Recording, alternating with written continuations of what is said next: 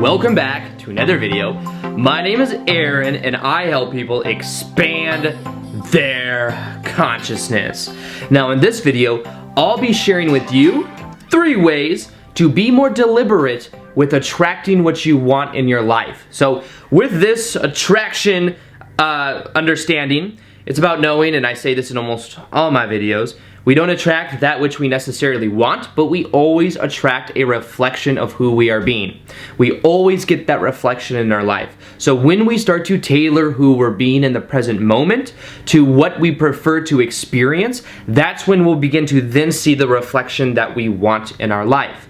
Now with this process of deliberate creation, deliberateness simply means that we're more aware of what we're creating and that we in a way have more control over the process. Now, the important part that I want to talk about here, and the first one that I think is the most important part, is understanding that more important than the control of what we desire is understanding that we must master our state of being.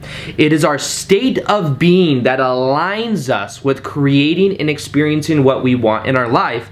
And when we start to make it more about our state of being, we start to flip the switch. We start to really then embody more of the feeling that will align us to what we want to create rather than trying to be attached to expectations and the mentalism part of it.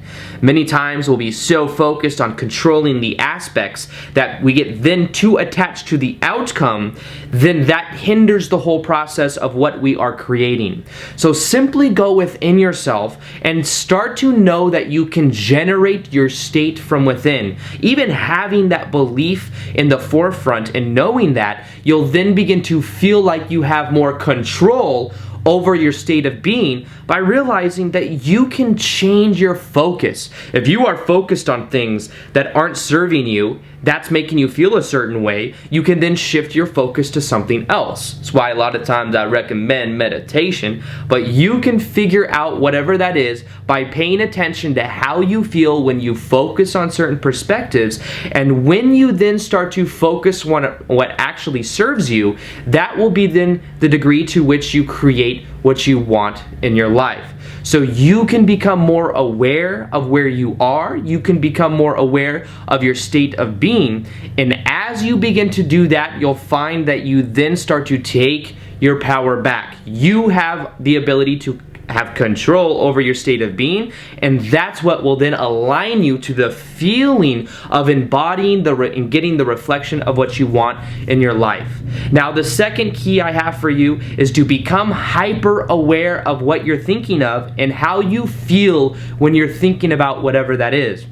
When you become aware of your thoughts, that's a part of the process. It's through what we call metacognition. Metacognition, and I've talked about this in a prior video, is simply becoming aware of what you're thinking about. And as you become aware and you observe those thoughts, you start to then tailor your power back. You start to then become aware of what you're thinking about.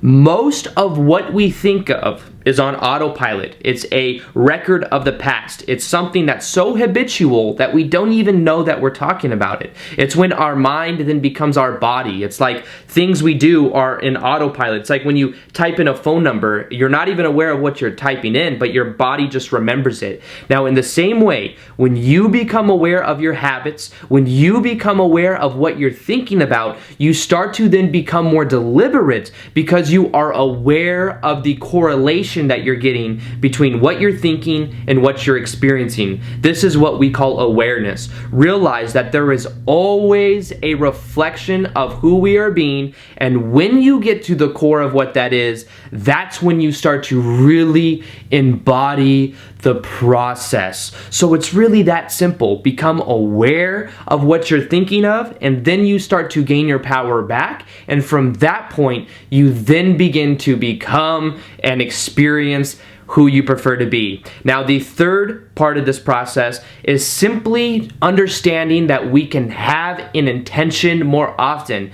Intend for more things that you want to experience. Intention is kind of like a focus of what we want to create in our life, and many of us go around without having any intentions at all at what we want to experience, of not having any outcomes that we want to experience. And while we don't want to be attached to the outcome, it is good to have intentions. Now, an intention is something that you can set right when you get up in the morning. You can have a general intention to have a good day, to have maybe 5 or 6 things that you want to get done. And a little tip for that also that I found is to do that right before you go to bed at night, because when you wake up, you just kind of know that's something that you're going to accomplish. But when you have and you start to set more micro intentions and macro and micro intentions throughout your day, you'll find that things start to happen easier, and there's more likelihood that you create those in your experience. So become aware of what you're thinking, the correlation that you're getting, and then start to make what are called segment intendings. I think I've heard about it from this book right here. But in it talks about the idea, it's by Abraham Hicks, talks about segment intending. Segment intending is where maybe when you get into your car, you have a simple intention that you're going to have a safe drive, you're going to have a flow, smooth traffic. As you start to set those intentions, and if you do it every time you get into your car, you start to build momentum to where it's more likely that you will experience those kind of experiences or have those kind of experiences because of where your focus is. Realize that whatever we focus on, our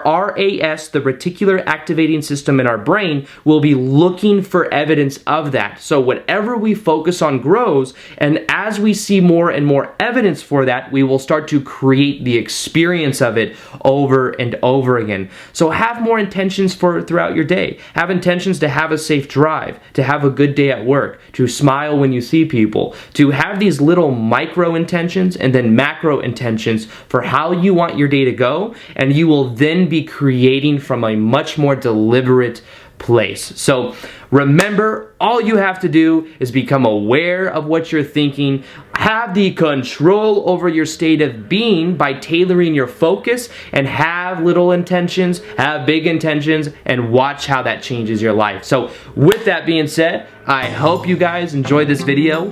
Feel free to like this video if you liked it, subscribe if you haven't already, and as always, I will see you guys on the next vid.